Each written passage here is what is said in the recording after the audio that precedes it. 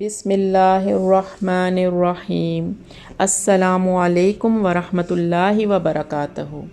حضرت عثمان رضی اللہ تعالیٰ عنہ سے منقول ہے، وہ بیان کرتے ہیں کہ میں نے رسول اللہ صلی اللہ علیہ وآلہ وسلم کو فرماتے سنا، جو آدمی وضو کرے اور اچھی طرح کرے پھر نماز پڑھے، اس کے لیے اگلی نماز تک کے گناہ معاف فرما دیے جاتے ہیں۔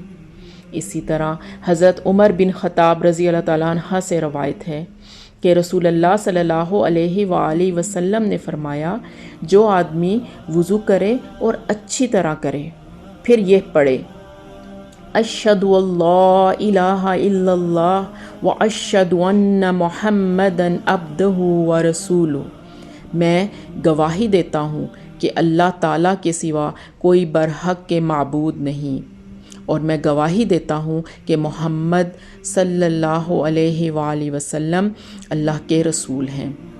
اس کے لیے جنت کے 8 دروازے چوپٹ کھول دیے جاتے ہیں، جس دروازے سے چاہے وہ داخل ہو جائے۔ نبی صلی اللہ علیہ وآلہ وسلم کی بتائی ہوئی اس حدیث پر عمل کرتے ہوئے ساری زندگی اس کلمے کو وضو کرنے کے بعد ضرور پڑھیے۔ جزاک اللہ خیر۔